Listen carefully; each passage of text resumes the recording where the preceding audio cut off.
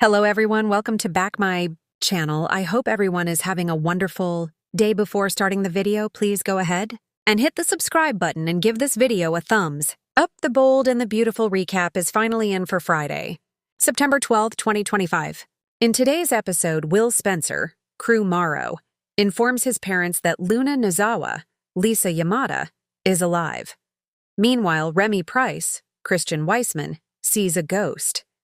Plus, Thomas Forrester, Matthew Atkinson, threatens Brooke Logan, Catherine Kelly Lang. At Lee Finnegan's Naomi Mitsuda apartment, Will slowly backs away from his stalker. The young man declares she's going back to prison forever. Will calls Katie Logan, Heather Tom. Luna is shocked. Before Will tells his mother anything, Luna flees out the door. Will chases her. The young woman runs into an unlocked apartment. Remy is there. Isn't she supposed to be dead? Luna says, surprise. Remy wonders if he's losing his mind again. Luna begs him to hide her. She needs more time to make a life with Will. Katie calls Will back.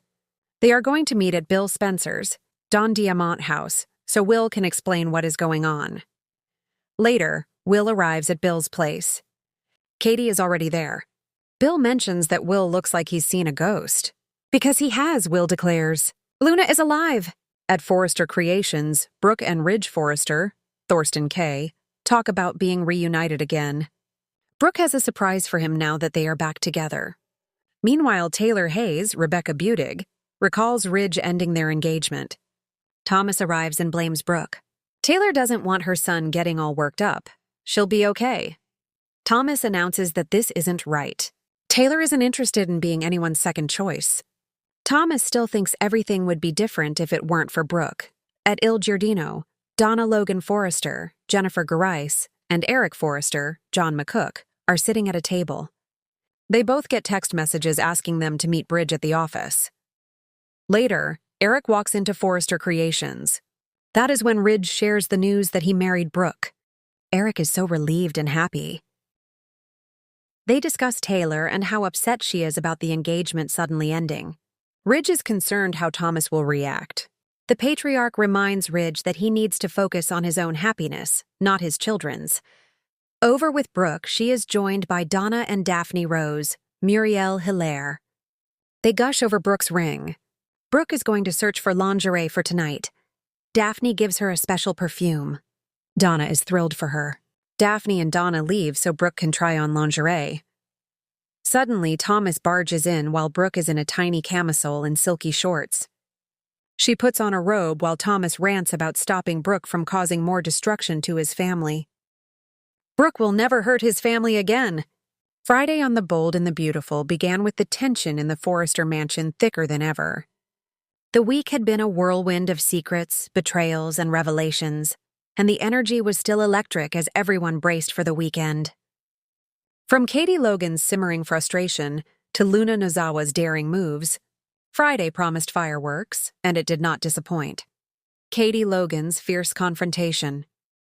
The episode opened with Katie Logan pacing in her lavish office at Forrester Creations. Her face was a storm of worry and anger, hands clenching and unclenching as she stared at her phone. For weeks, Katie had sensed that Luna Nozawa was stirring trouble behind the scenes. But the full extent of Luna's audacity was finally coming to light. Enter Luna, striding confidently into the office, her usual calm, seductive demeanor masking the chaos she had sown. Katie's eyes narrowed immediately. Luna, Katie began, her voice sharp as a whip, I've had just about enough of your games. You've crossed the line one too many times. Luna tilted her head, a sly smile playing on her lips. Katie, you really don't understand the position you're in. I'm not here to play nice. I'm here to win. And winning sometimes means making people uncomfortable, like you. Katie's jaw tightened. You think this is a game? You think I'll let you manipulate my family, my company, and my friends without consequences? Think again. The tension between them escalated immediately, with Luna leaning forward, whispering just loud enough for Katie to hear. You don't know what I'm capable of. I can ruin more than just reputations. You should be very careful. Katie's temper flared. Try me, Luna. I'll protect my family, my company, and everyone I love. You want a war? You've got one. The confrontation set the tone for the day, a battle of wills, with Katie and Luna locked in a high-stakes standoff that promised to ripple across Forrester Creations. Remy returns to the fold, meanwhile. In another corner of Los Angeles, Remy was making his long-awaited return. After months of absence and self-imposed exile, Remy had finally decided to face the chaos he had left behind. His first stop was Forrester Creations, and his arrival immediately turned heads. Liam spotted him first, approaching cautiously. "Remy, is that really you?" Liam asked, a mixture of surprise and relief in his tone. Remy smiled, a hint of nostalgia softening his usually guarded expression. "Yeah, it's me. I'm back, and I'm ready to make things right." The brothers shared a tense hug, each feeling the weight of past betrayals and misunderstandings. But Remy wasn't here just for a reunion. He had a purpose. He needed to protect the people he cared about, particularly Luna, who had been caught in her own web of dangerous games. Later, Remy encountered Luna herself. She raised an eyebrow, clearly surprised to see him. "Remy," she said carefully, "I wasn't expecting you back so soon." "I didn't come back to play games, Luna. I came back to protect what matters," Remy replied firmly. There was an unspoken understanding between them. While Luna's methods were ruthless, Remy's loyalty to the people he cared about was unshakable. Their interaction hinted at an uneasy alliance, or perhaps a brewing clash. Either way, Remy's return was sure to shake up the delicate balance of power in Los Angeles. Thomas's menacing threat as tensions escalated between Katie and Luna. Another storm was brewing. Thomas Forrester. The day's drama wouldn't be complete without Thomas's presence, and he wasted no time making his intentions known. Thomas had been quietly observing the power shifts at Forrester Creations, and he was not pleased with the way Luna's influence was growing. He approached her in the design studio, his expression dark. "Luna, I need to talk to you," he said, voice low and dangerous. Luna looked up, undeterred. "What is it, Thomas?" "I hope this isn't about your usual theatrics." Thomas stepped closer, his eyes cold. "I'm not here to play games. I'm here to make sure you understand something very clearly. Anyone who threatens Forrester Creations, anyone who threatens my family, pays the price." Luna tilted her head, intrigued. "And what makes you think I'm afraid of you?" Thomas's lips curled into a menacing smile. "You should be." The tension between them was electric, a silent warning hanging in the air. Thomas's presence alone was enough to make Luna pause, and viewers could sense that this threat was just the beginning of a dangerous chess game. The power struggle at Forrester Creations back at the office. Katie and Luna's confrontation had set off ripples throughout Forrester Creations. Staff whispered in corners watching the titans clash, while Liam and Hope attempted to mediate, though their efforts were largely ignored. Katie's allies rallied around her, including Donna and Brooke, who both recognized the danger Luna posed. "You're not alone, Katie," Brooke assured her, placing a comforting hand on her shoulder. "We'll make sure she doesn't take what's ours." But Luna had her own strategy. She met secretly with Bill Spencer later in the day, hinting at the possibility of a shocking alliance. "Bill," she said sweetly, "we both want what's best for our families, don't we? Sometimes that means taking bold steps." Bill raised an eyebrow, intrigued but wary. Luna's charm was undeniable, but her motives were still a mystery.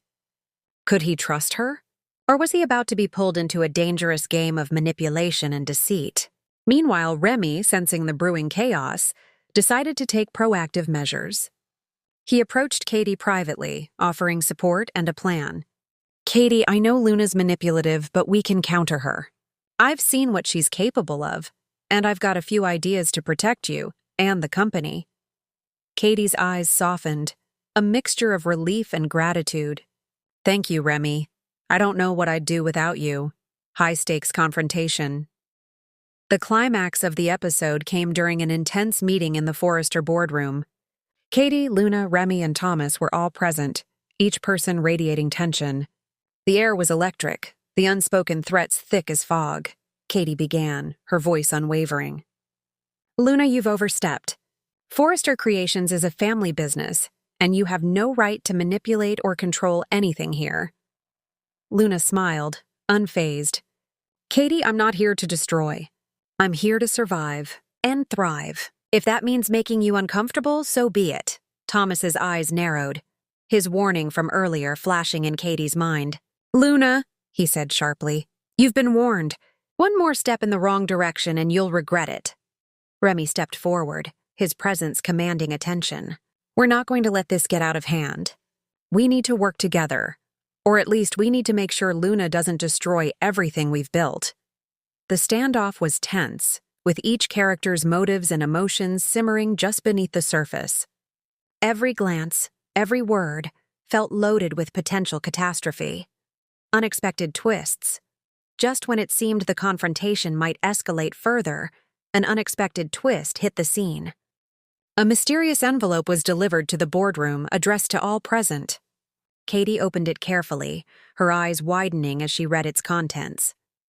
Inside were photos and documents hinting at a secret that could shake Forrester Creations to its core. Something Luna had been keeping hidden. Something that could turn the power dynamics upside down. Luna's smile faltered for the first time. How did, she stammered, clearly rattled. Thomas smirked, a hint of triumph in his expression. Seems like even you can't control everything, Luna. Remy, ever the protector, looked at Katie. This changes everything. We need to move fast before Luna can react. Katie, regaining her composure, nodded firmly. Then let's take control. For the company. For our family. The episode closed with a dramatic sequence of stares and silent calculations. Katie and Remy, united in purpose, faced Luna and Thomas, who were equally determined to assert their influence. The stage was set for a battle that would dominate the next week, leaving viewers on the edge of their seats. Luna's daring had earned her a temporary advantage. But the Logan sisters, Remy and even Thomas, were not about to let her run unchecked. The final shot lingered on Luna's face, a mixture of defiance and worry. Her plans were in motion, but the fallout was far from over. Meanwhile, Thomas's threat hung like a shadow over everyone in the room. It was clear that his ambitions and dangerous tendencies would play a pivotal role in the coming days. Remy's return added a layer of unpredictability, hinting that he would be a key player in the unfolding power struggle, and Katie, resolute and unyielding, proved that she would fight tooth and nail to protect her family and Forrester Creations. The Friday episode of The Bold and the Beautiful closed with tension, intrigue, and an open-ended promise. The war between Katie and Luna had only just begun. Remy's return would shake the foundation of loyalties, and Thomas's looming threat was a ticking time bomb ready to explode. Thanks for watching this video, and please subscribe our Bold and Beautiful Update YouTube channel for more update news.